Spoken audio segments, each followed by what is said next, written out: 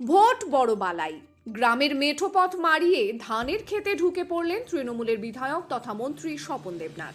দলের প্রার্থী শর্মিলা সরকারের সমর্থনে মাঠে কাজ করা শ্রমিকদের কাছে চাইলেন ভোট ভিক্ষা। মাথার ওপরে প্রখর রোদ, শ্রমিকরা মাঠে কাজ করছেন খালি মাথায়, আর মন্ত্রী নিজের মাথার ওপরে আস্ত একটি ছাতার আচ্ছাদনে দাঁড়িয়ে কথা বললেন শ্রমিকদের সঙ্গে, আর বোঝালেন তৃণমূল সরকার কতটা গরিব দরদি।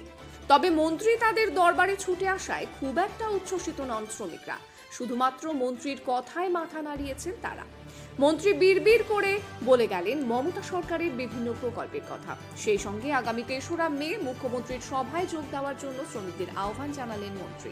পরে ওই শ্রমিকরা জানিয়েছেন এই প্রথমবার মন্ত্রী তাদের সামনাসামনি দাঁড়িয়ে কথা বললেন, তার আগে তারা কোনোদিন মন্ত্রীকে সামনে দেখেননি।